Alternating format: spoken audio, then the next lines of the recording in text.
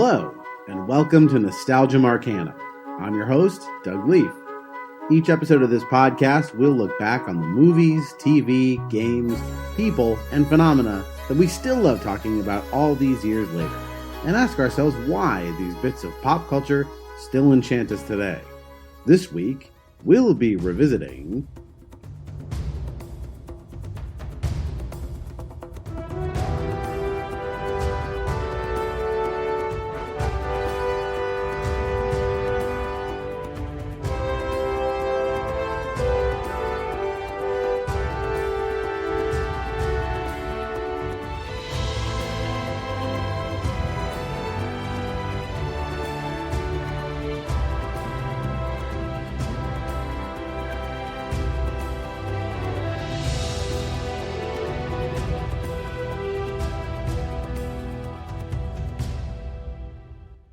Sic parvis magnum, greatness from small beginnings. That is the motto of English explorer Sir Francis Drake and his descendant, Nathan Drake, the subject of today's episode on the Uncharted series of video games. I'm really excited to be talking about this because these games are a whole lot of fun, and it'll be interesting because this is one of the most recent things we've done on this nostalgia-based podcast.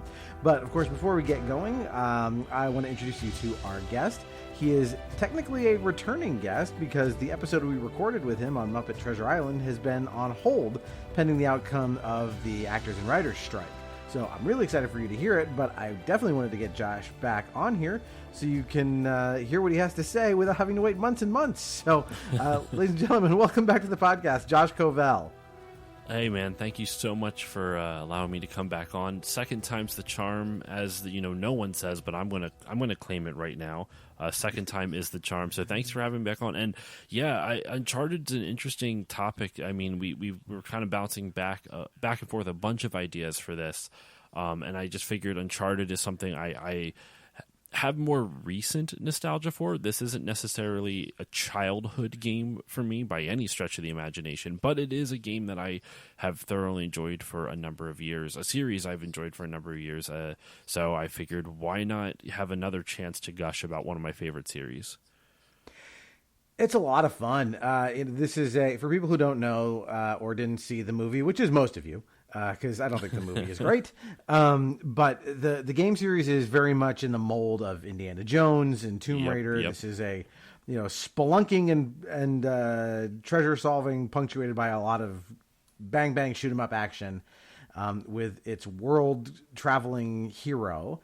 And this is one of these things where this is where Naughty Dog, the developer, kind of just took this leap forward in terms of gameplay and storytelling that would take them all the way to their critically acclaimed series, The Last of Us, which way more of the audience probably knows. Mm-hmm. But before we even get too far into Uncharted, Josh, tell the folks about the Still Loading podcast and what you do. Yeah, so Still Loading I describe as a gaming grab bag podcast. I do a little bit of everything on the show. I do interviews with people in the industry. I do interviews with authors and voice actors and actresses and all that good stuff. And then I also do a lot of deep dive game retrospectives. I've done actually episodes on all the Uncharted games, actually, with the exception of one, which I don't know when this is coming out, but I just recently recorded that last one actually while I was at a Retro World Expo. It was a convention I did a panel at somewhat recently, and I met up with a podcasting pal that for the longest time we've only been internet friends, and now we're real life friends as well. So that was kind of cool. So I'm going to be covering that last one very soon. But yeah, so I do tons of different things. The most, I would say, besides reviews and people and interviews and all that other shenanigans, I'd probably say the other way to describe my show, and the reason I call it a gaming grab bag, is I just do episodes on weird ideas that strike my fancy. So recently I did an episode called the Final Fantasy Fantasy Draft, and I did one last year, did another one this year, and it's basically what happens when Final Fantasy and fantasy sports mix and kind of group together. And trust me, you don't need to know fantasy sports to enjoy this episode. It's just a bunch of nerds trying to craft their ideal Final Fantasies out of parts of all the other Final Fantasy games. So yeah, still loading. It's a long-winded explanation of a lot of the shenanigans that I do, but it's a little bit of everything. Well, that's awesome, and it is definitely worth a listen if our audience hasn't checked it out yet. But yeah, let me go back to Uncharted. Tell me about your nostalgic memories of Uncharted. Where did this series start off for you? Is this something that you said you weren't a kid, obviously, when this came out? But yeah, so in 2000, the first game came out in 2007. I would have graduated high school the year that it came out. I'm so old. Go on. Yeah, I would have graduated high school in 07. So I Uncharted was kind of like my series through college, and I didn't really play. I didn't own a PS3 until pretty late in the game. I want to say like 2010, maybe 2009, but I'm leaning more towards 2010. And it was one of those things where I had played through the games. And this happened a lot with me, where it was like I played through a game, I'm like, yeah, that was fun, and then I didn't really care too much about it. You know, I played through Uncharted, I'm like, yeah, it was fun, and then I wouldn't really touch it. I played through Uncharted 2, I'm like, yeah, it was fine, and then I just, for some reason, it just never resonated with me until my buddy Tristan, who is also, he's been on my show a bunch of times, he always somehow picked up the series that I would play first, but then he would get more enjoyment out of it, and then his enthusiasm for it became infectious, and then I would start getting hooked on it. It's the same for my favorite game series, Ratchet and Clank, but you know, that unfortunately we're being a little proactive with this, a little behind the scenes stuff. That was going to be our original conversation, but that may be struck content by the time this episode comes out as well, depending on how the SAG-AFTRA strike goes on with video games. But Uncharted, believe it or not, is for the most part not struck material. There's only like one or two games that could possibly be struck, which I guess we'll talk about at least a little bit when we get to it. But yeah, so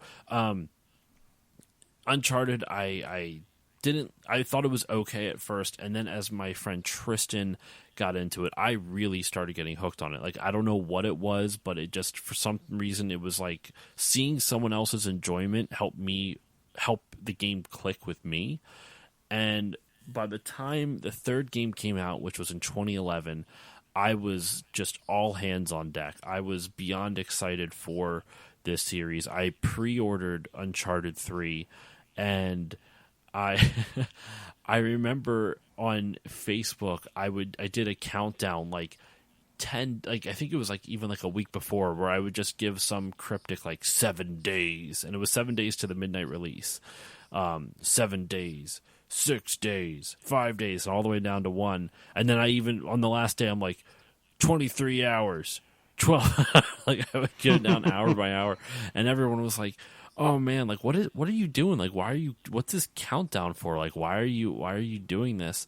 And, it was funny because I had this whole countdown, beyond hyped for this game, go to my local GameStop at midnight that night, only to realize that they weren't having a midnight release at the GameStop I pre-ordered it at. So I did an entire countdown, only to not even get to play the game right away. So I didn't get it. That's a bummer. Yeah, but that's when I learned how GameStop midnight releases work, where they're on a store by store basis, not on a by game basis. So if a store doesn't get enough pre-orders to warrant a midnight release, then there is no midnight release. So if Elden Ring, just to use an example of the last game that sold like bonkers numbers, or even Tears of the Kingdom, right? Tears of the Kingdom, if a GameStop didn't get enough pre-orders, doesn't matter that it's a Zelda title. There's not going to be a midnight release for it. So, who can explain why these brick and mortar stores are struggling? Who could have guessed? Yeah, I love this series. I did get on with 1 as well. I started at the ground floor, and I remember, so this would have been 2007. I just I passed the bar exam at the end of 2005, and I started my first job as an attorney in early 2006. And so I don't remember when the PS3 came out, but I remember I bought it not at launch, but fairly early on as a treat to myself for, I don't know if we won a case or we won a big motion, but it was some professional success I had that I was like, I don't have any dependents and I have a good amount of money. I'm going to treat myself in a way that I would not now that I have a mortgage and kids Welcome and everything to being else. an adult, right? Yes. Welcome to being an adult now. But then it was like, sure, why not? I'm going to get myself a PS3. I earned this. And there weren't a whole bunch of games out for it yet. And this was one of them that was kind of like getting a lot of like, hey, we've got this Uncharted thing. And I liked Uncharted 1. Uncharted 1 is fine. Yes. It's not going to blow your hair back, but it's fine. But Uncharted 2 was where the series really took off. I mean, I think Uncharted 2 is incredible. And I've referred to it, it's one of the best movies I've ever played. It's extremely cinematic. It is kind of a plot tube that you go down, which is, that's true of a lot of games. And one of the criticisms this series has is like, oh, well, it's a very on rails, roller coastery type experience, right? You don't, as a player, there's not a whole lot of player choice. You basically make your way down what is essentially a hallway from the beginning of the game to the end, in terms of the way it's structured. And I thought about that, and I finally figured out, like, why are people criticizing this for this? Like, I realize there's a lot of games that are much more open-ended in the way you approach them.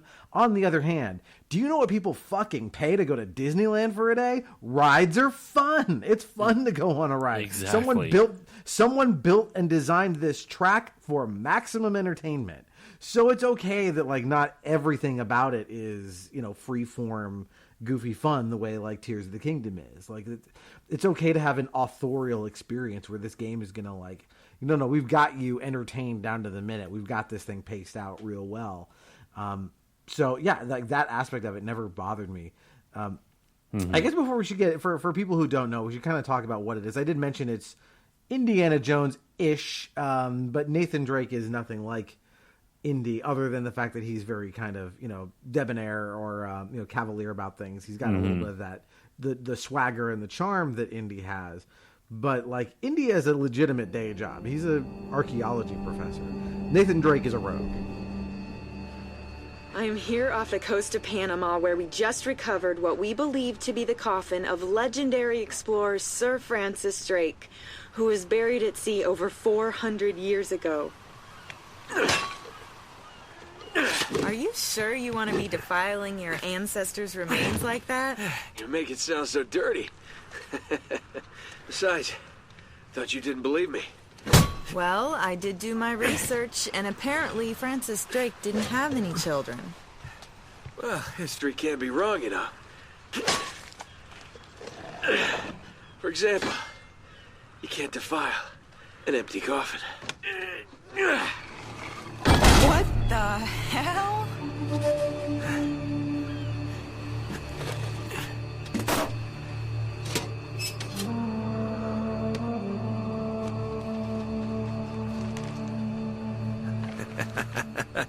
You devil.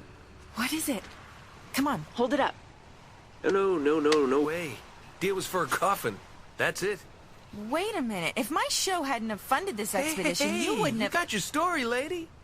Look, Mr. Drake, you signed a contract. I have a right to see every single thing that... Could you hold that thought? Sully, we got some trouble. Hurry it up. Okay. What's going on? Pirates. Pirates? Yeah, the modern kind. They don't take prisoners. At least not male prisoners. Wait, what are you talking about?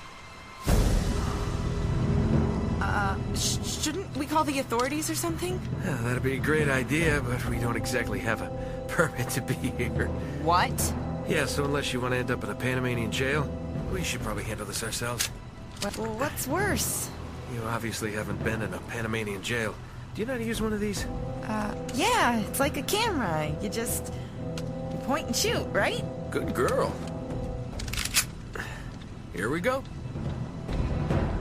Yes, he's very knowledgeable. He's very intelligent. He knows his history, but he doesn't. Yeah, he does not have a day job. I think back to your comment on the linearity of the series. I understand where the criticism comes from, and to be honest, while I love the game, the gameplay itself is pretty basic. And I don't want to say bland, because the bland is up to the person's preference. Do you like the game? If you don't like the gameplay, it's going to be boring. Because you have essentially two different types of gameplay. You have third-person shooter mechanics and platforming mechanics, and the platforming ones are relatively. It's light on the platforming, I would say, where at most you don't have too many jumps. You have to worry about timing. You don't have to worry about can I make this gap or not? All the levels are all the platforming is pretty well predefined. So with the exception of there's a handful of things where you might be swinging on vines, or in any of the games, you might swing on vines and you have to time your jump off the swing. But other than that, there's really not a whole lot in terms of challenge in terms of the platforming mechanics. Where the challenge of the game comes from more is in the combat, where it's a lot of cover-based shooting. The shooter, it's got decent third-person shooter mechanics. It's fun to me to play still, but it's when you're looking at games that really push the boundaries of what game design is, this series has done it in a different way than most other games try to do. Instead of trying to reinvent the wheel in terms of gameplay, they tried to reinvent presentation. And you can see that also in the way some of the games are designed. These games are very much designed around set pieces, where they'll come up with a base idea for a story, and then they will start coming up with ideas for set pieces, and then they will craft the story around those set pieces, so that way that you can weave in those narrative beats cohesively and coherently to whatever crazy, ridiculous thing they're going to make the player do. That has its benefits and it has its drawbacks. Its benefits is that you get a lot of really fun, unique ideas that you don't really get to see in too many other games in terms of visuals and just the type of platforming and combat you're going to do. The downside is that sometimes they don't mesh well together. And the example I like to give is on Uncharted 3, where in Uncharted 3, the one set piece is you platforming in a capsized sinking ocean liner. It's a really amazing section of gameplay. It's a lot of fun, but in terms of story, it's not necessary in the slightest. You could literally take that entire level out of the game, and it wouldn't change a damn thing as to what the plot would require. In fact, so much so that when you finish the section and you kind of you don't really succeed, sort of. Drake just kind of washes up on shore, but he washes up back where he started when he first got kidnapped onto the ocean liner. So he goes, I'm back at, I think it's Dubai, I think where it is, or something like that. It's oh, that's convenient. And I'm kind of come on, Naughty Dog. You're good writers. You could have done better than that. But that game had its own share of things. But no, so to bring it back to what you're saying, what I like about the Naughty Dog games are the characters and the stories and the set pieces. But the gameplay elements connecting all these, I should say, it's pretty basic. It's third-person shooting and very linear platforming. I will say, though, the platforming is not challenging in the way it would be in, say, a Mario game, where it's very much oh, how do I, get from here to there? Or right? even Naughty Dog's Crash Bandicoot. Well, yeah, even that. But, this is more about simulating the experience of going on an Indiana Jones type adventure. Yes. So it's the fun of I'm in some dilapidated mansion and I've got to swing on a chandelier to get to a balcony that's collapsing because behind it is a bookcase with a clue that will lead to the treasure of whatever, right? So it's not meant to be challenging. It's just meant to kind of go, wee. The combat is a little more challenging. I noticed in the development they cited Resident Evil 4 as an influence, and I think that's obvious because the shooting is very much about where you aim. And for people who don't play a lot of video games, if you're in a basic game, an enemy shows up and you just shoot at them and they die, right? Here, there's actually thought put into, and this goes back to RE4 where this was a big deal, where you shoot them on their body actually makes a big difference. So the classic example is this guy's coming at you and he's got a grenade. If you shoot him in his arm, he might drop it and then kaboom, right? Things like that abound in these games where it's like, oh, if I kneecap this guy, it's different than just shooting for center mass. And that adds some kind of, thought into the moment to moment, especially when it's getting really hairy. You're thinking what I need to do is hit that guy in the elbow so he drops the grenade, but I'm, being harried by like 10 dudes. I don't have the ability to stop and line up a shot that precise. So maybe I'll just lob a grenade in their direction and see what happens. I do think the AI on these guys is actually fairly good. And so it makes for these really tense but hyper dynamic encounters with all the enemies. And that's just, to me, that is kind of the secret sauce that makes all of the gameplay fun. But you're right. You're really here for the story and the characters. And, this is one of the first series that really put a huge focus on motion capture as well as motion capture and motion capture performance, which is two different things, which is different from voice acting. Like, a lot of people...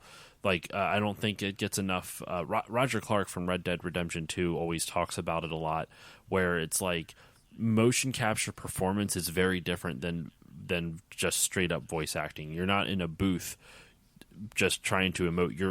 You're being very physical. There's a lot more physicality into a motion capture performance than there is. And I'm not saying one is better than the other. It's just they're different, and a lot of people don't realize that. It is very, very different, and it can be a lot more difficult than you would expect it to be. And Uncharted really kind of pioneered this for game development. It was by no means the first game to use motion capture, but it was one of the most prolific in its use. I actually did when I was mentioning Retro World Expo, I did a panel on the history of James Bond in video games. They did motion capture in GoldenEye. There's really primitive motion capture for all the enemy animations that was done by, oh my God, I forget the dude's name. I wrote it down in my notes, and I don't have my notes in front of me, but it was a developer at Rare, and I kid you not, it was basically just him in a mocap suit with all of his coworkers just beating the shit out of him, just punching him, pushing him, moving him all over the place, just so that way they could get the motion capture data for the animations. Which what is it? There was over 1,000 animations in that game, and the vast majority of them was just that guy being abused. Which I don't know. I found that super amusing. So yeah, and you bring it all the way up to now what we see with Uncharted and what Naughty Dog kind of pioneered. Like I said, they didn't create mocap in video games, or they weren't the first to use it, but they really found the most cinematic way to use motion capture for their games. And they do it at a level that is much higher than the average developer. Like, there's a reason this team, so the team behind Uncharted 2, the first one was a gal named Amy Hennig, who's done a lot of game development and story stuff in her own right. But Uncharted 2 is Neil Druckmann and Bruce Straley, who would do Uncharted 4. They also did some stuff on 3, but they would create The Last of Us, which now everybody knows. I thought Amy because of the Hennig did HBO Uncharted. show. I'm sorry, I thought Amy Hennig did work. She did work on Uncharted 3, but there was some troubled development for that one, and I believe they were brought in at a certain point to start patching holes in it. I believe that one was one of those troubled development games. Okay, so Amy Hennig it was the Uncharted 2 thing that confused me. Yeah, Amy Hennig was the director of that game, but she was a co-director with Bruce Straley, who, like you said, who went on to do Last of Us. And then, obviously, I don't even think Bruce Straley is with the company anymore. I know, obviously, He's Neil not. Druckmann. I know Neil Druckmann he runs it now, I believe. But I believe, if I could be wrong on this, but Neil Druckmann is more of the creative, and Straley was more of the tech. Is the division of labor there. So if you're thinking about the story, the guy who created The Last of Us is the one who took the Uncharted template and kind of said, what if we upped our game a little bit in terms of the depth of the story and these characters? So this is probably a good time to talk about those characters. So we can start with Nathan, who is, we find out, Nathan Drake in the first game, he claims to be a descendant of Sir Francis Drake. That's part of the gimmick. He is not. He is, as befits him, he's a little bit of a con man, but basically he and his brother are runaways from an abusive home, we find out, where like in Uncharted 4. Uncharted 4, they really you get a hint of it in 3. They tell you like, oh, yes. they tell you it's not his real name, and there was something up with it. You know, he was in a boys' home when he was a teenager. I don't recommend making a scene.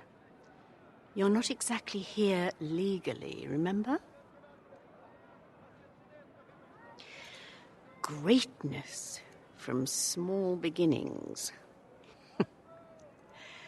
Beneath that cocky exterior, you're still the same scared, filthy little runaway, aren't you?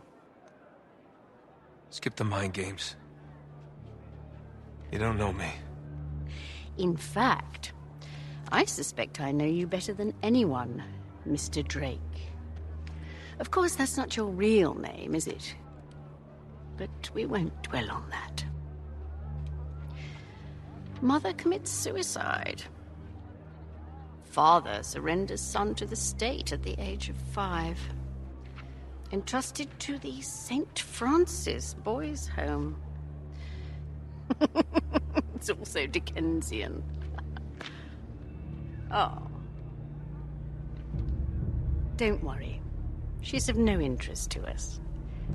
Unless, of course, we need to apply a little pressure.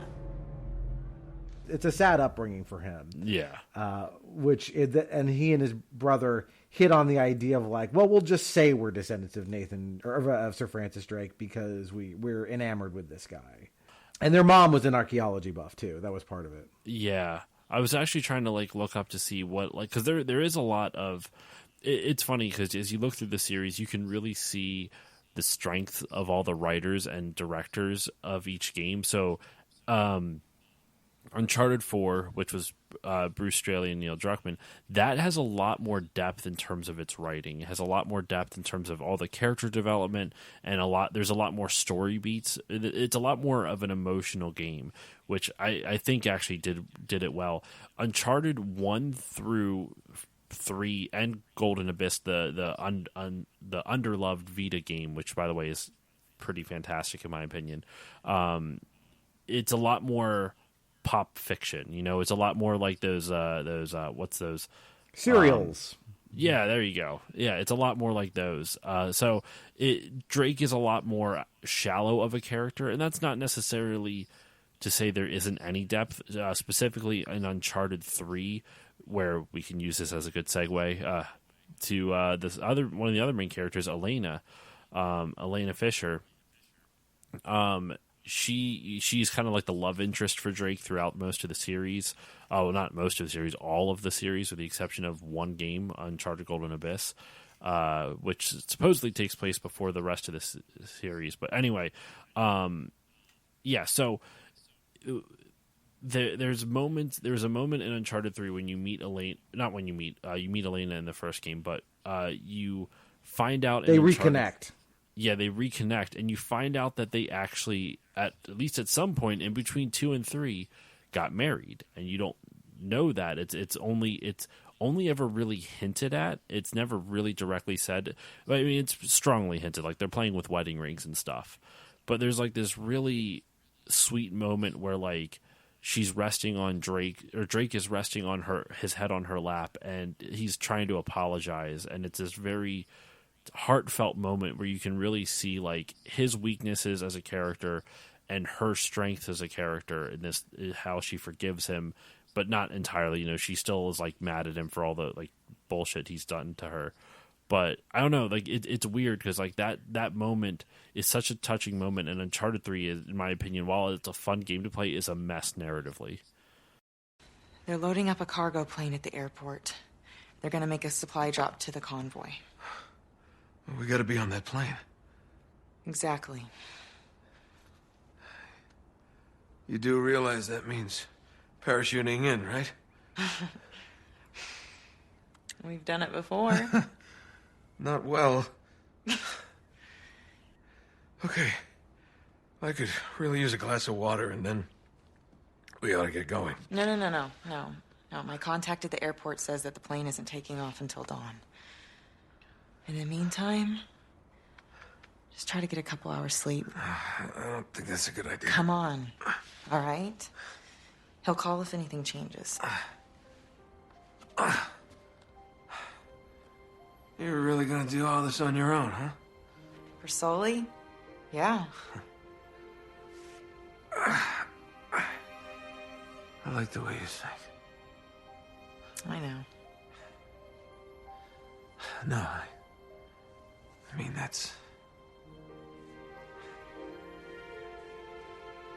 I know what you mean.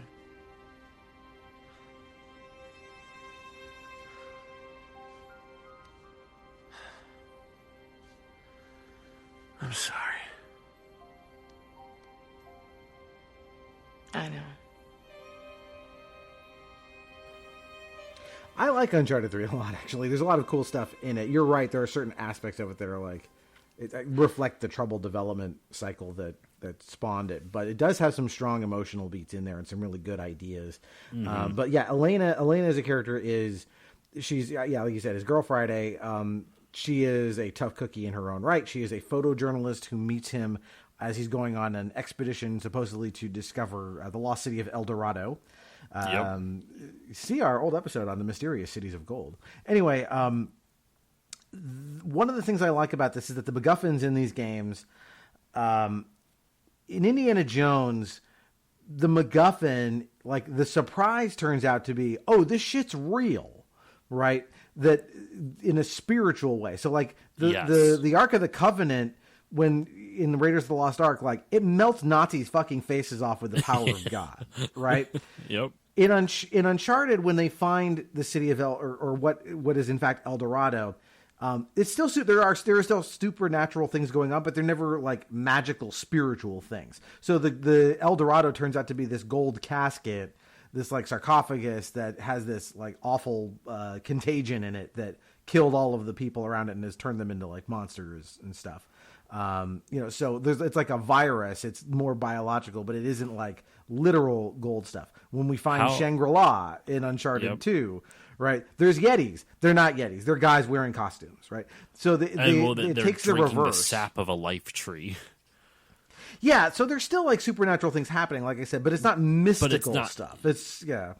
It's not the so like there's still supernatural stuff happening, but the thing that is supernatural is never what the target is. Like the target in the first game is El Dorado. The target in the second game is Shangri-La.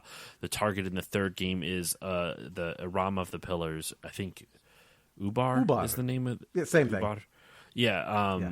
So but the city, and that's itself, a good example too, because in that game in Uncharted 3, you get into the city, and at a certain point you were fighting jinn, like genies, but of course it turns out it's a hallucination. They're not actual genies there. Yes, right? So, exactly. But in Indiana Jones, it would be like, holy fuck, there's real genies. The jinn is That's real. What would happen. Yeah. They do a really good job of kind of subverting what you're like they still throw that supernatural stuff at you, but it is slightly off. I would say the Tomb Raider remakes are more in line with Indiana Jones and Uncharted is, where like Lara will go on some island. Have you ever played the Tomb Raider remakes? I played the first two of them. I'm trying to remember if I even finished the second one. I think I did. They didn't speak to me the way these do, though. They felt a little more soulless. I don't know why. Really? I really like the Tomb Raider remakes. I think they take a lot. I don't know. I really they're enjoy well them. done. They're well done. I just never felt like these. I will go back to and replay those. I never felt interesting. See, I love those Tomb Raider remakes. Anyway, So I lost my in the Tomb Raider remake. Like there is like a very clear supernatural thing that like. The supernatural thing that you discover on the island isn't the plot twist like it is in... I shouldn't say the plot twist isn't like some side thing like it is in Uncharted. It's very much like it is in Indiana Jones, where it's like, oh, there's this legend of such and such, and that's why we can't leave this island. And then they find out that legend of such and such is the reason they can't leave this island. Like, it's a supernatural power that's keeping them from leaving the island, and that's a very Indiana Jones style of, I guess, storytelling. And in, like you said, in Uncharted, it's not like the supernatural things are there, but it subverts your expectations. And before we move off, I want to give credit to the voice actors too. So Emily Rose is Elena Fisher. She is great, but Nolan North is kind of a singular video game protagonist voiceover talent. Yep. He ended up playing so many video game protagonists because of Nathan Drake, just a million voices. And a lot of the times they would just ask him, just do it again. The man has the perfect voice of a protagonist. And which is not to say he isn't good. He's extremely charming, and he is versatile because, like, in The Last of Us, he plays like one of the most odious villains they've ever created in any any work of fiction. I didn't know he was that villain until like after I had I think it was my second playthrough of the game. Like, wait a minute, that's Nolan North? Are you kidding me? Like, he throws on such a completely different voice, and he's so different from like the affable Nathan Drake that it's what a insane performance. It's amazing. My wife was a big fan of Pretty Little Liars, which is this TV show that he was on as a major character. Yes, he was the dad of one of the. My wife also watched that show, so I know. Oh, exactly. Holy shit! All right, well, we got to pull over the car for a minute. It was really weird to watch it. First of all, you're watching him in live action, which I'm so used to just hearing his voice. I'm not used to seeing his face. Yeah. So that was a treat, but I had to kind of keep telling my wife, no, he's like this big deal in like video games, and she's like, I could not care less. Please, keep this away from me. But he is a good actor. He's really good. And I'll drop in clips here and there, of course, as I always do, so you can hear what Nathan Drake sounds like. But he's just so affable and genial, and that's given rise to a bit of a controversy around these games about ludonarrative dissonance, where it's like people always point to this and go like, he throughout the course of a game he must kill 1,000 people, but he doesn't have any PTSD. He's like this still happy-go-lucky treasure hunting guy, and it's like, I guess, but I'd like to introduce you to 30 years of video games before this where you did nothing but shoot things in the face. Like, why is this the point to argue this? I never got it. I think they are technically correct, but at the same time, it's also technically correct to be like, who cares? It's a video game. Like, you're not. And Indiana Jones does the same thing. Yeah, and I would say the only time that it's been bad. And this is slight spoilers for Uncharted Golden Abyss, very slight spoilers. I won't give away the twist of that game. In that game, Nathan Drake has a moment towards the end of the game where someone that he trusts double crosses him, and he has a chance to kill him, and he can't do it. And even in the final moments of the game, he has a chance to kill him, and he can't do it, because he's like, I don't have it in me to like kill him. And I'm like, dude, you just spent the entire game killing like hundreds and hundreds of men. This guy made something personal against you and tried to kill you numerous times, and you're like, nah, I can't do it this time. That's the only time where I'm like, yeah, that's a little bit of a stretch. When it's like in the other games, he doesn't have he never comes across that moral quandary for the most part. This one, he confronts it pretty head on, and it's like, but you just killed like hundreds of people to get to him, and now all of a sudden you're like, I can't do it. It's not morally right. Yeah, and all the people that you're killing, by the way, throughout this game, they're all like, they got it coming. They're all like Blackwater mercs for hire. And they attack you don't first. have to feel too bad. They attack you first, and it belongs in a museum. You're not going to use whatever this is for evil. You might be out for like fortune and glory, as Indiana Jones would say, but you are not. Like in the second game, you're trying to reach Shangri-La first because the guy who's trying to get there ahead of you is like an Eastern European war criminal, and like God knows what he's going to do with this treasure when he finds it. Right? You have the moral right in these stories. So usually, usually, but he is, like I said, still a lovable con man too in a lot of ways. But to get back to the characters, there's still a few bunch that we have to mention. Sully, we have not talked about Sully. played by the good old Richard McGonigal, one of the best characters, some of the best one-liners you'll ever hear of any character in a game. He's one of those characters where, you know how like there's, how can I put this? It doesn't, I'm not saying this makes it okay, but there's characters that you see in film and TV where it's like they say questionable things, you know, that might be problematic, but when they deliver those lines, you can almost tell like there's no actual hatred or malice behind it. It's all meant in like in jest, if that makes sense. Sully is that type of character where like it would be very hard to be mad at anything Sully said because Sully's not actually trying to offend anyone, if that makes sense. Okay, look. First of all, that was no astrolabe. It's some sort of decoding device. Check this out. On his way around the world, Drake sailed through the East Indies. Only he says that it took him 6 months to get from here to here. Yeah, so? So it doesn't add up. He was way too good a sailor for that. It would have taken him a month, tops. He was hiding something. Something big. How big? Like secret mission from the Queen big. Like millions in plundered treasure that hasn't ever been recovered big. That big? That big. And that decoder has something to do with it? I would bet my life on it. Oh, swell. And Marlowe's got it. Won't do her much good without the key. So it's a stalemate then? For now. So you still haven't told me what your name is? And you still haven't told me what you want from me. Okay. Look, you got talent, but you got a lot to learn.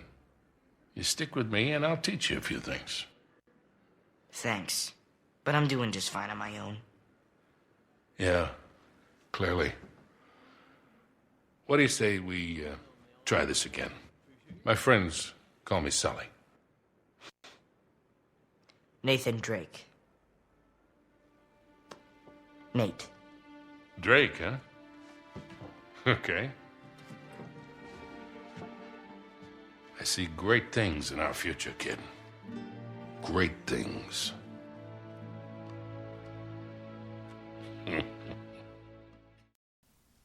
Yeah, I mean, he's not Archie Bunker. You know what I mean? No. This is, he's Nathan Drake's mentor figure, his father figure, his surrogate father. Yes. Basically, we find out he ran into, they were both trying to rob the same museum in Argentina when he's, Drake is like, 13 years old or something. Mm-hmm. And so this guy takes a shine to him. And his storyline in 3 is one of the things I love about it the most. That aspect of the game I think shines really well. Yes, because it's all about their heartfelt relationship with each other, him almost losing Sully, and Sully's always the conscience as well, where he's usually saying, hey kid, you're getting in over your head, you're time to pull it back, don't he's there to kind of be that figure for him. But you're right, he's also this cigar chomping hilarious dude who's been there and seen it all. Like he is just as every bit as he's getting a little weak in the joints. He's getting a little on in years, but he's every bit as formidable as he ever was. Like it's such a miscast to make him Mark Wahlberg in the movie.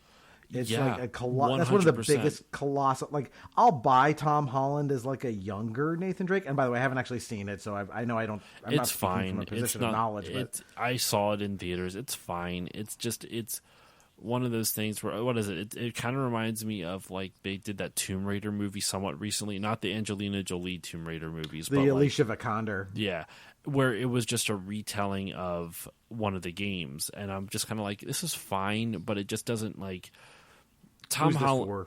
Yeah, who's this for? Like Tom Holland's having a good time with it. Mark Wahlberg, it was fine. It was definitely a miscast. I'm with you on it. He's just not Sully. He's a fine actor, but he's just not. He's so mismatched from what this character is. He's just not. It's not right. Who would you cast? Yeah. Who would you cast for Sully?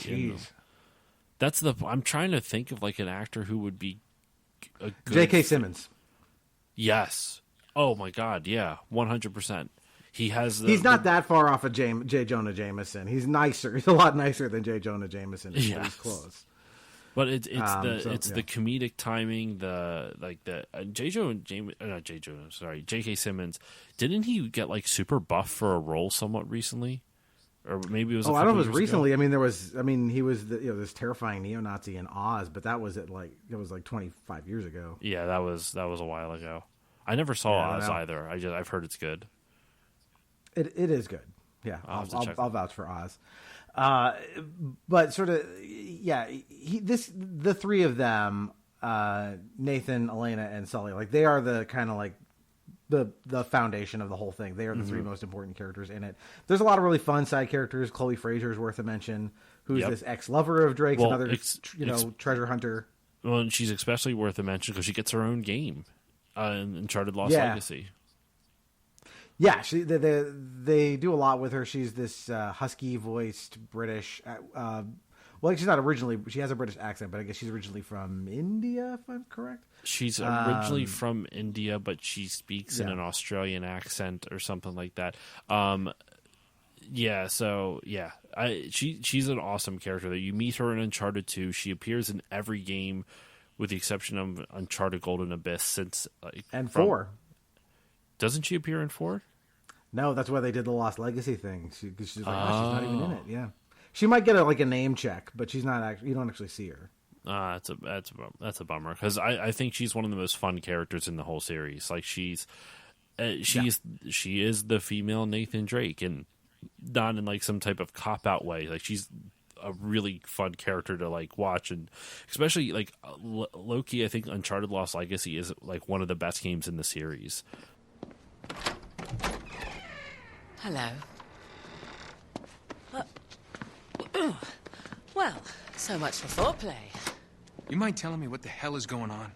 You mean with Flynn? Yeah, you might have warned me. And missed the look on your face?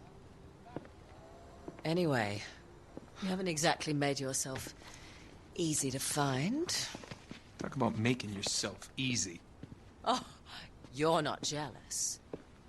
Let's not forget who walked out on whom. After all, you don't get to be jealous. Wait a minute, Chloe. If it makes you feel any better, my relationship with Flynn is strictly professional. Really? Mostly professional. Oh. When I figured out he was actually onto something, I thought you'd want to be in on the action. So what's the plan? Just like we said. We pull the heist, we find the ships, and we make off with the treasure. With Flynn? Mm-hmm. And then? And then we split the take 3 ways, and you and I just disappear. Together, this time. I see. Until then, he can't know about us. He's gonna be pissed. He's gonna be fine. Trust me. She's really good. She's, what I love about her is she's one of those great characters where like you never know if you can fully trust her, but you kind of can. But they play a lot of that of like, especially Uncharted 2 : Among Thieves, right? There's no honor among thieves. That's kind of the thesis of that game because it's all about kind of people double crossing each other, her place in there is like you kind of need her. She helps take the piss out of Nathan. I guess all of the characters do that, but she's especially good at delivering a lot of comedic one-liners and stuff. Like all of these characters, especially your hero characters, are really good at playing at the top of their intelligence. Like they are all clever, interesting people with an interesting worldview. So they're a lot of fun.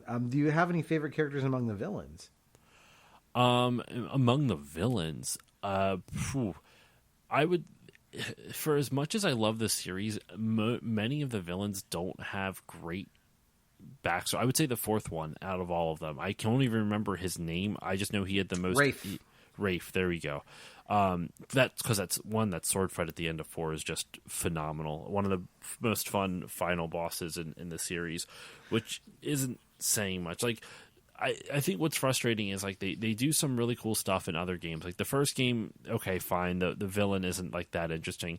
Second one, Lazar, he's just Lazarevich, he's a warlord. He's a warlord. Third game with Marlowe, I thought she's cool. potential to be super interesting, and then they just didn't do anything with her. Where like it's like you build up all this backstory about how she's connected to Sully and how Nate and Sully first meet and how all this kind of goes down, and it's all this really interesting backstory, and then there's not really, it's never really followed through. And I think a lot of that, like we've said before, that Uncharted 3 had a lot of production issues. What is it? They introduced a character named Cutter in that game, and then he disappears like shortly after the game gets injured. begins. Yeah. Well, Charlie. Well, they Cutter, wrote him off because the actor who portrays him had a different contractual obligation that apparently he was unaware of. So they had to scrap the character last minute and rewrite stuff in order to, because he literally ducked out midway through development because of this other contractual issue. I didn't know that. I just figured because what happens in the game is, he gets injured and, he's no longer part of the quest after that point. But I didn't realize they had to literally write him out for that reason. I believe he also gets name checked here and there in Uncharted 4, but yeah, you don't see him. Yeah. So I would say my favorite villain is Rafe. Sam just stole our goddamn boat. He's headed for Avery's ship. Come on. Let him. We're done. We're done. Most of my men are dead, Rafe. And those who aren't have already left. Can you see that? The end is literally in sight. That maniac pirate of yours has rigged this entire cave. I'm not setting foot on his ship. Nadine, if you cut and run right now, the loss of all your men, everything that we've done, is for nothing. We have millions in gold right here. I'd say that plus our lives is something. No wonder so many of your men abandoned you. Excuse me? We're on the verge of making history here, and you're willing to just walk off with a pittance, a fraction of what Sam's gonna get from that boat. If he can walk away from that ship alive, he can have it. Hell, I'd say he's earned it. God knows you didn't.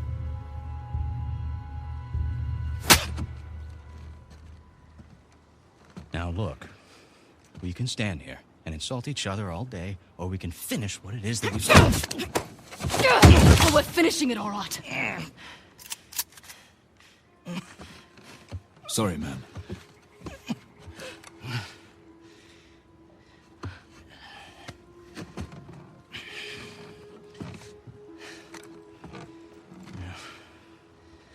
Thing about mercenaries, Nadine, their loyalty, it's bought. It's not earned. Now, come on. Either we can finish this thing together, or we can just end it right here. My favorite boss fight, though, is Lazarevich, because that's the only one that actually feels like a boss fight. Like what an ideal boss fight should usually be is something that tests the skills of the mechanics that the game has taught you throughout the game. In Uncharted 1, it's essentially just a QTE thing. Like you just have to, you basically, that's a quick time event for you non-gamers. Yes. Yeah, you have to. The dude shoots like 3 times, and then you have to dodge to the next section. And then the dude shoots 3 times, and then you dodge to the next. Then you have to like jump and cover to the next place that you can hide behind. In the third one, Marlowe, it's all you don't. You don't fight her directly. She's an old lady. You're not gonna. Yeah, what are you gonna do? That's which I like in terms of like that's a really cool idea for a villain, but they don't do. Once again, they don't do a lot with her. But the person that you do end up fighting is like one of her henchmen or whatever, or like a pretty her second in command basically. And it's also once again QuickTime events, but you might have to mash the buttons a little bit. That's about it. Uncharted 4 had a unique combination of QuickTime events and actual gameplay, but and even Lost Legacy kind of was QuickTime events. Uncharted 2 with Lazarevich is the only one that is an actual legitimate boss fight and not just a quick time event mashing spree where you have this little arena, you have to run away from Lazarevich because he's roided out on this like tree of life sap, and you have to kite him around this big arena, and then as you're running behind you, there's like the trees grow these sap sacks. You have to shoot them and they explode. That's how you injure him. So you have to dodge him and like do all this other stuff and kite him around just to get him to run past these trees with the sap sacks on him, and so that way you can shoot him. And that's testing your dodge mechanics, that's testing your movement, that's testing your accuracy, that's testing all of these different skills that they have taught you throughout this game. And none of the other games have a boss fight like that. And I really wish they would do more stuff like that that's an actual boss fight and not just a quick time event spree. I feel you on that too. I do like Marlowe as a villain only because, again, like, yeah, she is. It's an interesting idea to play against type by having the villain be this kind of formidable, Helen Mirren, character. To not literally Helen Mirren, but that's kind of the type. She kind of looks like her. She does look like her a little bit, but yeah, she is an interesting foil. Because it's her ruthlessness that makes her a great villain, as opposed to, obviously, she's not physically imposing in any way. Mm-hmm. So she is cool. There is one more character I think we need to talk about, and that's Sam, Nathan's brother, who we meet in Uncharted 4. At first I was a little like, oh man, long lost brother. That is some tropey shit. But they do it in a way that works, where they were out, in was it Nicaragua or something, in Central America, trying to find a clue that would lead them to the pirate Henry Avery's lost fleet. Because Henry Avery famously had the biggest score of any pirate of the golden age of piracy and then disappeared with the treasure. This is a true thing. So, and then during that, you believe he has been killed in their escape from this. And in fact, he was not killed. He was just retaken as a prisoner. And Nathan was, never tried to get back to him or whatever. So they do enough to justify it, even though it's a little bit weird. But he's played by Troy Baker, who's Joel from The Last of Us in the games. And it's just a lived in relationship, the two of them. Like for something they just pulled out of the bag for the fourth and basically final game, like it was impressive to build that much emotion into it. And you get a little bit more characterization of Sam in Lost Legacy, where Lost Legacy, he is in it along with Chloe and Nadine, who is another Uncharted 4 She's a villain. character from Uncharted 4, yeah, which I forgot when I was replaying Lost Legacy. I was like, oh, so I completely forgot where she came from, and it makes it's a weird connection, but I kind of buy it still nonetheless. But I think she's again for hire. So yes, and I think what I end up loving about like the Drake and Sam relationship is just that it does, like you said, lived in is the perfect adjective or descriptor of it. It is exactly. It feels like a sibling relationship. It doesn't feel forced. It doesn't feel contrived. Which doing that in such a brand new with a brand new character, the fourth game of the series, is very difficult to do. To make a character who has not been in the games prior feel like they were the entire time. I nearly shot your head off. Sam, you're okay. Yeah, nothing I can't walk away from. It's good to see you're alive, little brother. Come on, we got a treasure to find. Hold up, man. I mean, what are we doing? What do you mean? I mean, our supplies are at the bottom of the Indian Ocean. Okay, so we go steal some from Nadine's army. Yeah, and there's that. We're going up against an army. Yeah, we've been holding our own so far. While being marooned in the middle of nowhere. We were trying to get here, remember? When we had an escape plan. Just hear me out. Crazy suggestion. Let's go down there and at least secure one of Rafe's boats. The boats can wait. You want to know what we're doing here? We are buying my life back.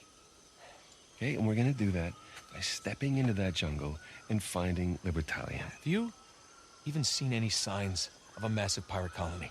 Because I sure the hell haven't. He's a little late to start developing doubts, don't you think? Look, can we at least acknowledge the chance that maybe Avery's idea for a secret pirate utopia didn't pan out? And maybe we're just swept up in this fantasy, when instead we should be looking for a real way to save you. I'm gonna scour this island inch by inch if I have to until I find that treasure. Now, if you're confused about what you're doing here, then you can go home, Nathan. Wait. I can go home? Are you kidding me? Do you have any idea what I put on the line to get you here? About what I put on the line, okay? The last 15 years of my life. This has nothing to do with that. It has everything to do with that. And I think credit to that goes to, because it's so important to, figuring out who this guy really is, as a person. You spend, one of these things these games do really well is they trust the player a lot in terms of their pacing. I think I've mentioned this before, but like one of my favorite moments is in 3, where you have this crazy set piece where you're fighting guys on an airplane and you crash in the desert, and they're willing to spend a chapter of just you wandering in the desert, like hallucinating with like there's no platforming, there's no shooting, it's just you moving through space and then telling you a story, and it's their confidence of them going like, don't worry, we know you'll get back to the shooting and just go with us on this. And this is something they do well as a studio, and they've just kept doubling down on it till like in 4, like you spend all this time wandering through Nathan Drake's house and looking at the knickknacks in his attic, and it all pays off in terms of character depth and development. Like it's worth it for them to say, we're going to hold off on the shooting and the things go boom. Like this is all just as important.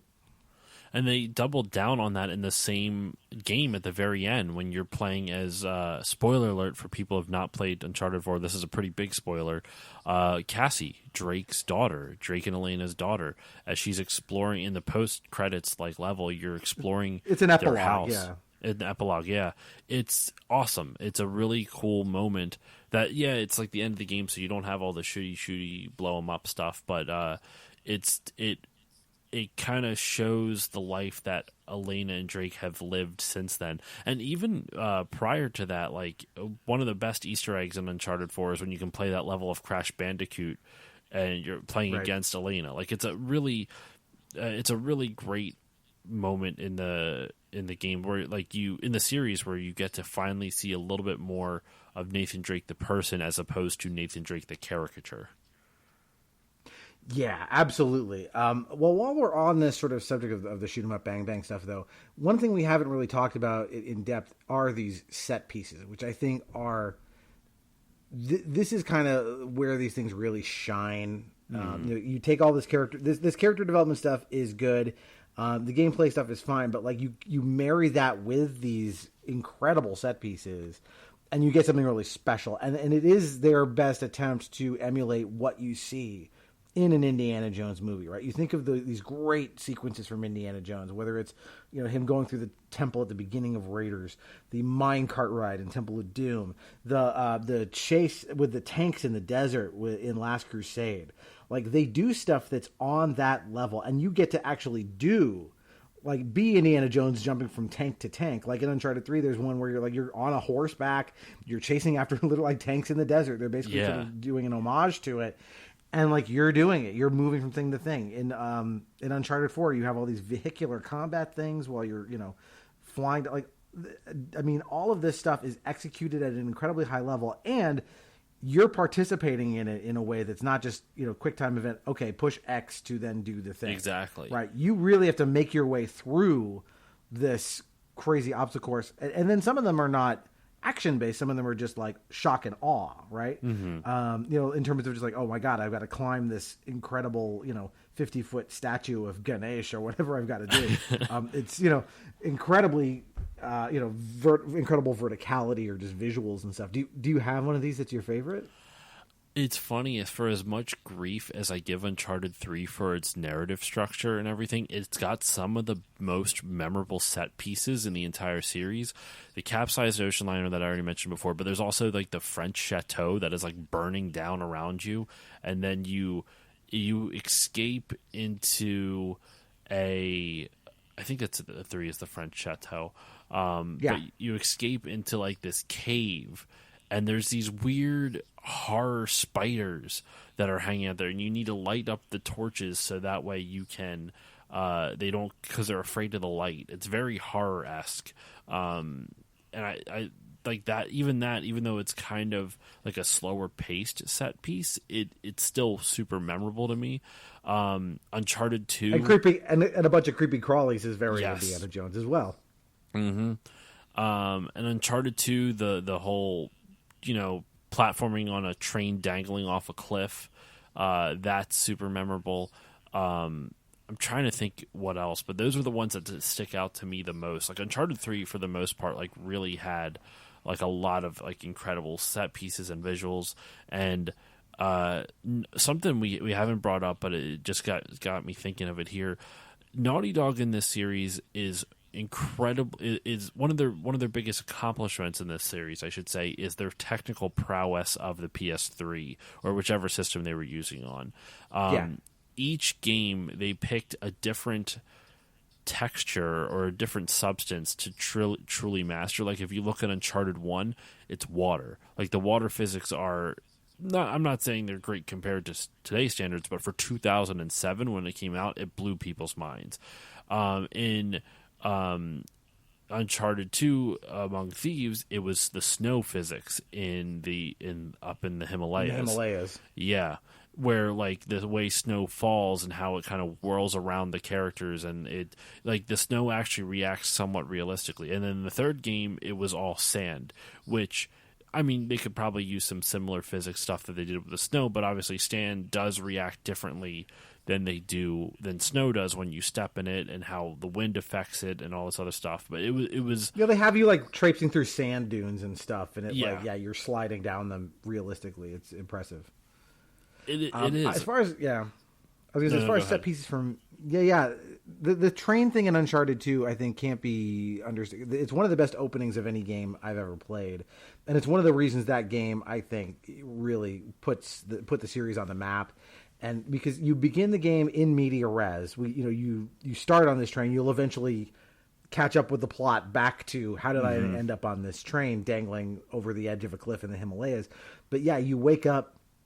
You've been knocked unconscious. You wake up, this thing is dangling. You have to climb up out of this train car up the side of it, which is a tutorial to teach you the climbing, but the visual of it is so striking. The other one I was thinking of from Uncharted 2 is there's this scene. So you're in this city, as you're looking for temples and things that will give you clues and stuff. Urban warfare. I think I know. I think it's Mission 5. I'm actually amazed to remember that. Yeah, so you're in this city where like it's semi-occupied by these evil forces and stuff, and you wind up in a hotel. You climb up and up and up, and all of a sudden, like to get a view of the city, and now that they're on you, and you're making your way through this hotel, you're shooting all these guys, and at some point, this helicopter starts harrying you and Chloe, and there's at some point a rocket gets fired at the hotel, which causes the floor to collapse. And all of a sudden, you go from like running around shooting guys to the floor is sliding. You're now at like a 60-degree angle, sliding towards a window that a fatal flaw out the window as you're sliding towards this, as this building is collapsing and you're fighting guys in it. And that's what I'm talking about, where it's not just like, oh, we're going to show you something. You're going to have to make your way through this thing. And it's not that it's super challenging, but the adrenaline and the whiz bang effect of it is just. Nobody does this stuff like Naughty Dog does it. No, I think that's what has endured me. I think that's why this series has endured as long as it has, because even Uncharted 1, for as much grief as people give it now, I still think it's a game that holds up really well. The voice acting and characters are still super fun to watch, and the set pieces to bring it to what we were talking about here specifically, the set pieces are still fun. There's not like, I'm not saying they're as impressive as what we're used to now, but like I still think people hate this mission, but I think it's a decent set piece where you're going up the river on a jet ski and a freaking grenade launcher, and you're just like cha-chunk, just shooting guys as you go along. Like, people hate that level. I kind of enjoy it actually, because as long as you go slowly. Yeah, and even or like what is it? There's like this platforming segment earlier on where you have to like there's like a Jeep that is like like that's stuck between two pillars that you have to traverse over, and you can't make the jump, but you can walk across the Jeep, and you have to get across the Jeep before it falls into the river and goes away forever type of thing. So even Uncharted 1, it has those moments, it has those like really fun aspects of it, but it's just the Uncharted 2 and 3 and obviously 4, they really cranked up the set pieces. Interestingly enough, one game in the series that kind of doesn't have a lot of that is Golden Abyss for the Vita. There's not a lot of set pieces in that game at all, and it's kind of a bummer, but they kind of make up for it in yes and no. That game has more content than I ever expect an Uncharted game to have. Like, Uncharted already has a ton of content. They have a lot of collectibles for you to gather, and then obviously 2 and 3 and 4 has multiplayer. But in Golden Abyss, there's a ton, like way too many collectibles actually, in my opinion. But it uses the Vita stuff, the Vita's touchscreens really well, where you have to do charcoal etchings and you have to kind of scrape across your finger to like etch things in. There you find different objects and you have to rub the dirt off of it. So you rotate the object with the touchpad, and then you rub the front touchpad with your finger to get rid of the dirt off of the object. Where they kind of like drop the ball in terms of set pieces, they try to make up for it with all the interactivity on the Vita. I personally don't think it makes up for it, but that seems to me like their version of like, well, the players are going to feel more immersed if they can do touchscreen stuff. So like a lot of the hand-to-hand combat in Golden Abyss is touchscreen, which I think is kind of awful. So like you'll run up to an enemy, you'll hit square to attack, you'll throw one punch, and then the guy will like it'll connect, but then in your next punch the guy will grab your arm, and then you have to swipe like diagonal up and right to like break the hold or something like that. So you're in the middle of trying to like mash square to attack, and it's like oh shit, I gotta let me completely take my hand off of the Vita so I can swipe in a specific direction, and then I can go back and do it. So the logic of it being is that you are literally putting your hands on the enemy, so it's supposed to be immersive. Like you are like putting your hand on the enemy, you're punching. But to me, it just kind of comes as cumbersome more than anything. But it's still a cool game. I wish it did have more set pieces though, because Uncharted 2, 3, and 4 have just some of the best just the best out there. Yeah, this stuff really is incredible, and I think that's the thing that keeps me coming back to these. The same reason I keep going back to watch Indiana Jones movies, right? It's like I want to relive this thrilling sequence, and they give you so many, and they also give you puzzles. We haven't talked about that, but this is another piece of the Indiana Jones DNA that they have to give you, which is like, yeah, you're going to be, you turn this wheel inside this ancient temple, and some statue turns to face another statue, and you have to do this stuff in the right order. And none of it is like, there's not incredible intellectual rigor behind them. They want you to succeed. But again, it's not about that. It's about you getting to enjoy the experience of like, yeah, I'm being Indiana Jones for a minute here while, in between combat and, prowling around or platforming my way up the side of a cliff. Like, I get to do this, because if it wasn't in there, it wouldn't feel true to the genre. Like, you have to have this puzzle stuff in there too. And some of the puzzles are decently challenging. They're never like anything outrageous. Like, you don't have to be a scholar to figure them out. But there are a few that, like, I remember giving me a hard time. Specifically, I want to say in 3, like, I understood the puzzle, but it is more trial and error, where you had to like take a bunch of like, there's like these movable, like, not spikes, but like poles, and they had like weird arms and like bits of armor dangling off it, and you had to move them all around so that way when a light source shined on them, even though these they cast the right shadow. Yeah, they were casting the right shadow. Which I know what you're talking about. I like those kinds of puzzles. They always feel satisfying to me, and it's always cool to see what shadow they're trying to make. The game wants you to make. Yeah, that is one of the better memorable ones. I'd forgotten about that one, but that one is more interesting than, like I said, just like, turn these cranks to see something move. So they are like I said, true to the genre. It would feel weird if they weren't there. And it's not like Indiana Jones spends a ton of time on these, right? It's like spell Jehovah. You know, it's not doesn't take forever. But it feels like you have to have this in there, or because if you are an ancient people, you need to put this into your tombs and Clearly. temples. It's a major necessity. part of architecture. Yeah. It's only recently this dropped out of architecture school. The need for this kind of booby trap. What are you talking about? Stuff. Your house isn't filled with booby traps? Not yet. Give me time. The penitent man shall pass. So we've kind of covered it from beginning to end here. So Josh, what is it you think about this series? That I have to say, there's been a lot of restraint, because I'm sure there was a lot of calls for Naughty Dog to make another one, but they ended it in a good place. I think it would be weird to open it back up and add on another an Uncharted 5 now, because they kind of brought the plane in for a landing real well. So it now lives as a historical record, right? We go back to Uncharted. We're not waiting for a new one. Mm-hmm. And why do you think it is that people still love this series all this, a few decades on now?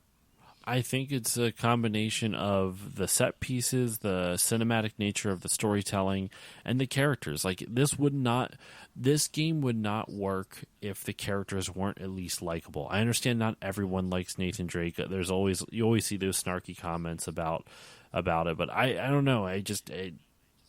Nathan Drake is an affable character. So is Sully, so is Elena, so is even Chloe. As much as she is kind of like an interesting character, where she's never going to go full straight villain, but she might dick over Drake if it makes her a little bit extra cash on the side. But even then, you can't help but enjoy her character. Like all of the main cast are interesting, affable characters for the most part. The villains are semi one-dimensional, and I don't mean that as an insult, because I think sometimes we get too caught up in the idea like every villain needs to have a tragic backstory. I'm like, or they can just be an asshole, or they can just be straight up just evil. Like, you don't need to always justify why someone is an asshole. Don't get me wrong, there's always a place for it, but like by being able to simplify the villain, sometimes you're able to tell more about your protagonist, tell more about your main character, and like kind of use that villain as a catalyst for your main character to turn into something. I'm not saying Uncharted does that. Uncharted, for the most part, has pretty shallow storytelling up until 4, but it's not bad storytelling either. Like, they're fun, poppy, pulpy. That's the word I was looking. Pulp fiction adventure type of stuff. It's just entertaining, and I think that's why people still enjoy these games, because I mean it kind of as a compliment. It's kind of like pop music. It's something that is catered to a larger audience than some other games. Though with that said, if you don't like third-person shooters or action games, maybe it's not for you. But yeah, and I actually think that there's still a future for this series. I don't think for Nathan Drake, mind you. I think they could totally continue to do a Lost Legacy style thing, where they bring in characters from outside, from Uncharted, but not do Nathan Drake again, because his story is told. It's been told for 5 games now, if you count Golden Abyss. I think it would make sense to like allow either have Chloe come back, or you could even do some of the like. You could technically do a young Nathan Drake, though I wouldn't want to see that. But you know what would actually be really cool? Adventures of Sully before Nathan Drake. You could do that. You could go back in time. I mean, the universe is definitely ripe for this stuff. Yeah. But I would say, I remember the first Uncharted game came out, what you said, it was 2007. Yes. I think Kingdom of the Crystal Skull was 2008. And there was definitely, I liked Dial of Destiny. It was fine. Certainly a redemption compared to that last one. But there was a sense of like, I really wanted more Indiana Jones in my life, but I could see the actual Indiana Jones franchise wasn't going to give it to me. And this did. Like, this was like, I don't need more Indiana Jones. I have Uncharted 1, 2, 3, and 4. And going back to those, Time and again, it's like it gives me the same thrill that like watching Temple of Doom does. Like it brings me back into that world of treasure hunting in a way that I get to participate in more. And I think every so often I just feel like, yeah, man, it's time to go through these again. Like they're just so. They're so fun and they're so well made, and it is a thrill ride. It is a roller coaster, but like I said, once it's like, hey, I'm going to go on the Matterhorn again. It's just as I did when I was 5 years old or 10 or whatever I went on it the first time. It's still a good ride. And I also think to kind of piggyback off what you said there, the ride equating it with the ride is like perfect, because why do you think people like Indiana Jones still? It's because the set pieces are like individual rides throughout this journey through a theme park. Like you mentioned Temple of Doom, the minecart chase at the end is one of the best action set pieces in a movie. You have obviously the boulder at the beginning of Raiders of the Lost Ark. You have the whole, like, I still can't get over the freaking car chase in Raiders where Indy is like, dragging on the bottom of the truck and his feet are dragging. It just all done practically by a stunt man. That it's just wild to me. And with Uncharted, you get those set pieces, the video game version of Indiana Jones, because it tries to mimic those set pieces as well as the other stuff, like historical fiction and all that other stuff, and like really trying to explore like mysteries and like trying to solve mysteries without actually solving them in actuality, stuff like that. Like, it's enjoyable. It's a lot of fun. So I think this series will. It's kind of a similar thing why people still like supernatural stuff. Like it's like you're honing into something that I feel like is human nature, where they're picking mysteries that have never been solved, historical mysteries that are centuries old, that anyone's like, I could figure that out. You just give me, let me open up a book here. I'll find out where, Magellan left. He found Shangri-La. I'll find Shangri-La, or like the Libertalia from Uncharted 4. Like, what? There was a whole secret pirate city. I'm like, I'll find Libertalia. You just let me open these books. And I feel like sometimes these games are a little bit of wish fulfillment that people didn't know they had. I think you're right. I think that's a great place to leave it, because the games are, it is a wish fulfilled. You get to be Indiana Jones in these things, even though Nathan is very much his own character, and so are the characters around him. Like it's the next best thing, and it's pretty damn good. Josh, if people want to find you, where do they find you? Well, real quick before I give my plugs, I got to show you this. I know the audience can't see this, but I have, just to say I'm an Uncharted fan, I have the Uncharted 4 Nathan Drake statue from the collector's edition. Cute. Right? And then I was gifted this when I worked at GameStop by my boss, actually, the Uncharted 3 statue, which is a lot smaller. I can fit it all in the camera. But those are cool. Right? And my boss who gave it to me at GameStop, she also gave me, there's an Uncharted comic book series, which I have not read. I have all 7 issues, but I have not read it yet. So yeah, I just had to show that real quick. I was like thinking, I'm like, we're talking Uncharted. I should bring out these guys right here. I have no Uncharted tchotchkes to share, unfortunately. But those are neat. My kids would destroy them in an hour. That's why my game room is separate from the rest of the house. So my daughter, she comes in here and we'll play games together. But for the most part, she this game room stays pretty well intact so far. Knock on wood. But anyway, So you were asking where people can find me. You can find the Still Loading podcast, where all good podcasts are given away for free. Apple Podcasts, Google Podcasts, Spotify, all that good stuff. You can follow me on social media at Still Loading Pod, pretty much everywhere. Instagram, Twitter, because I refuse to call it the other thing.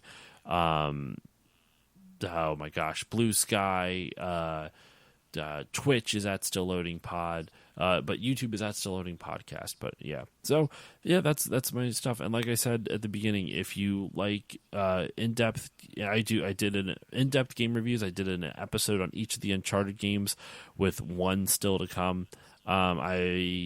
at the time we are recording this, my most recent episode was on Tony Hawk's Pro Skater, where I do a deep dive on that.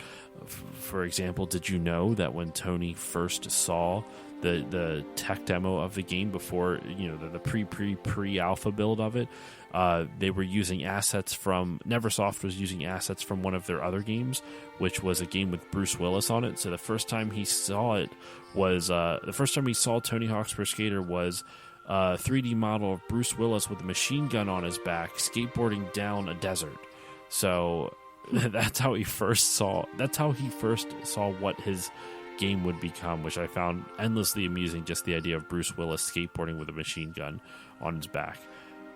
I hope they put that back into the game eventually. Right? I mean, they would have to get likeness rights, which I don't know. Would Bruce Willis do that with the health stuff he's going through now? Anyway, that's way too serious of a turn. But yes, so yeah. I do a lot of research and I try to have fun, and that's still loading. I guess it's fun? ? Oh, it's not. It's fun! ! I think you've earned it. Thank you. And if you like this show, we are on Roman numeral 10 at Nostalgium Pod, and also on BlueSky now at Nostalgium Pod. You can find us on Threads and Instagram at Nostalgium Arcanum. And please, if you of those portals, I would say go to Instagram, because that's where I'm posting all the bonus stuff that goes with these episodes. So yeah, if you have thoughts on our recent episodes, which include this, Calvin and Hobbes, and before that, us doing impressions, which was a lot of fun. I'll also mention, if you haven't checked it out yet, I was on an episode of Tales from the Backlog talking about the secret of Monkey Island recently. And I've got a few more hopeful guest shots on other things coming up soon, so I'll promo those when they're closer to happening. And as far as our next episode, I don't know. I'm way out over my skis, so I'm not sure what's coming up next in the schedule, but we'll figure it out. We'll have something. I mean, for Halloween's coming up, for Christ's sakes. We got to give you something spooky to hear. So, but that's it for now. Josh, thanks again, man, for coming for the second time, and hopefully our audience will get to hear that other episode soon. Thank you for having me, man. It's always a good time, and it's fun just to talk about, I don't know, I like shows where it's more about your nostalgia than like research. I have a lot less prep I have to do. It's wonderful. Yeah, I've engineered it that way, so it's as little work for me as possible. So, all right, man. Thanks so much, and until next time, that is one more entry in the Nostalgia Arcane.